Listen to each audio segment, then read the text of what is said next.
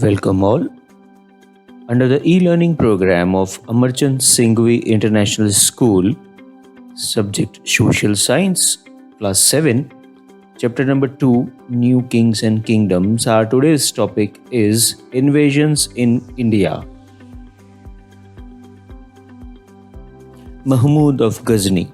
Now, as we have seen that northern India was in a state of constant strife until the 12th century CE. The Turkish king Sabuktigin, who was the ruler of Ghazni, that is in present-day Afghanistan, he defeated Raja Jaipal, the Rajput ruler of Bhatinda, in 991 CE. When Sabuktigin died, that is in 997 CE, he was succeeded by his son Mahmud. Mahmud was interested in building a large empire in Central Asia, and he had learnt about the enormous wealth of India. Because of this, he attacked 17 times, that is between 1001 CE to 1027 CE. Now, he was not interested to rule in India. His invasions were purely to capture India's wealth so that he could build a huge empire. He wanted to beautify Ghazni with the palaces, mosques, colleges and tombs, etc. Several scholars lived in his court. Among them, Al-Biruni and Firdausi were notable. Firdausi wrote Shahnama, that was the biography of Mahmud, and Al-Biruni wrote about the Indian people in his book, which is called as Tahqiq-e-Hind. Muhammad Ghuri. Shahabuddin Muhammad Ghuri ascended the throne of Ghazni after his brother Ghiyasuddin's death in the 1202 CE, and after Prithviraj Chauhan's death, Muhammad Ghuri became the master of Delhi region and eastern Rajasthan and led the foundation of Turkish rule in India. He defeated Jayachandra of Kanauj in 1194 CE. Between 1192 and 1206 CE, Turkish rule extended over the Ganga Yamuna Doab, Bihar and Bengal. Now, he did not want to stay in India, so he left the provinces which he had conquered in the hands of his slaves, who acted as a regional governors, and they set up Delhi Sultanate. Case study: the Cholas. The Chola kingdom emerged as the strongest empire in South India between 800 CE and 1200 CE. Rajaraj I and Rajendra Chola were the most famous of the Chola kings, under whom the dynasty became a military, economic and cultural power. Rajaraj I from 985 to 1016 CE was a very powerful ruler.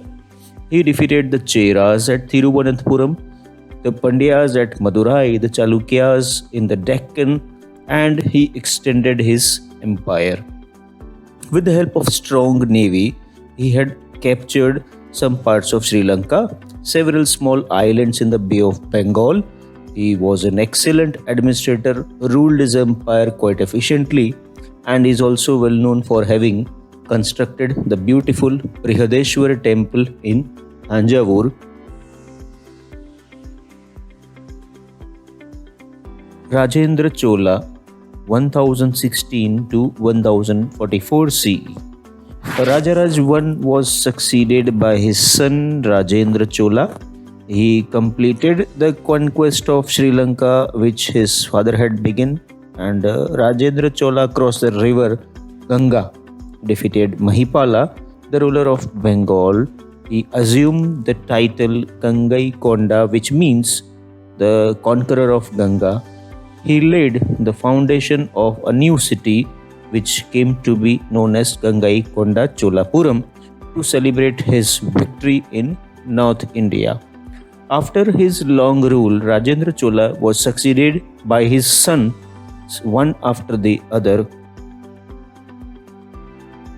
The Chola inscriptions. The main source of information about the Chola dynasty are numerous Chola inscriptions which give us information about the military achievements of the rulers and provide details of the land grants, donations, and revenue collections. The Chola inscriptions are carved on the stone walls of their temple and on copper plates.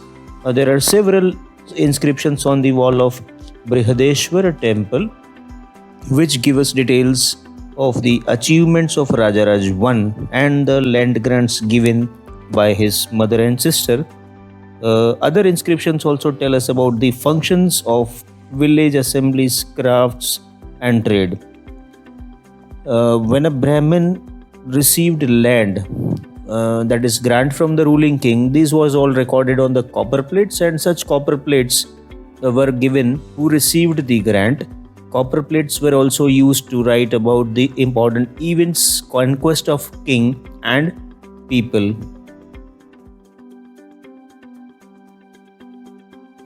What do the inscriptions say? The inscriptions start with the verses in Sanskrit that is in the praise of gods and goddesses of the ruling family. Then they continue with the Prashasti that is in praise of, which has the names of the ruler and her ancestors and mention the ruler's achievements and conquest. Then there is the donor's description. If she happens to be someone other than the king. After this comes a detailed description of the receiver. Then comes the description of the objects donated, can be money, can be cattle, lamps, ornaments, taxes, and land.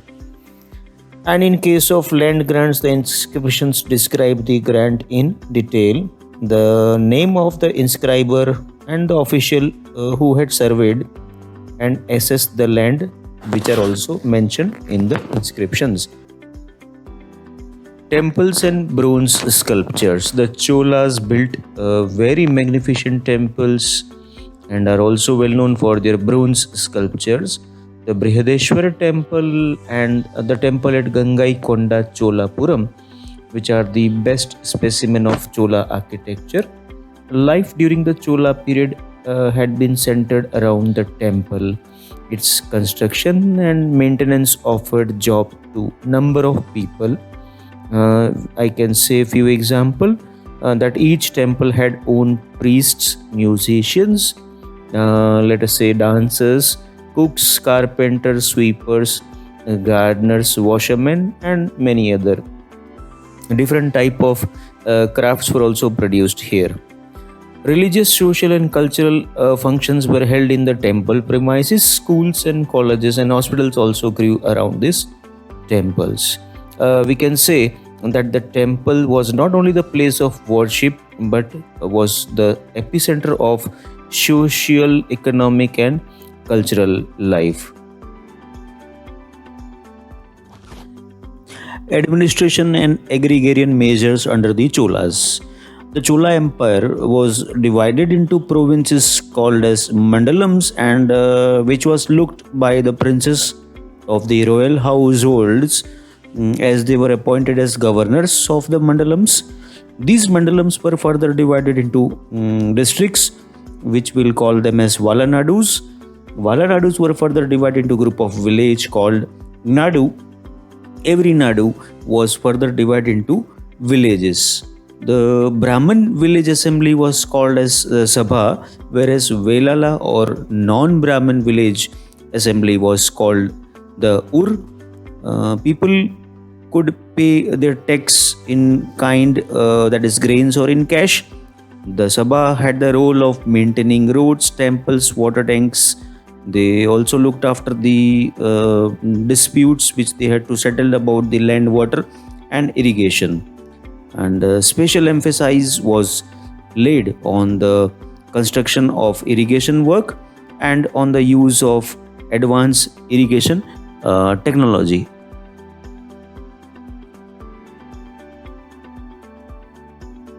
Chola trade. The Cholas had a flourishing trade with the Southeast Asia and China.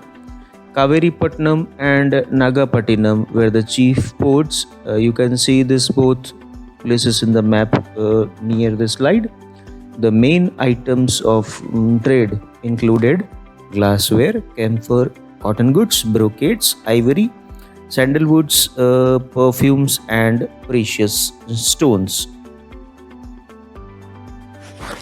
Blast from the past. Mahmud of Ghazni was the first king to use the title of Sultan, which indicates the extent of his power across his empire. The word Sultan here literally means authority. Let us summarize the topics which we have discussed today, which included the rule of Mahmud of Ghazni, Muhammad Ghuri, rule of Rajaraj I and Rajendra Chola, and then we saw the Chola inscriptions, temples, and bronze sculptures.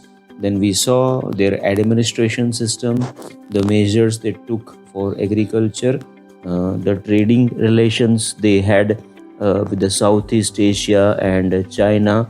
We saw about the chief ports, Discovery Patnam and Nagapatnam. And here are few words given in the form of glossary. Thank you.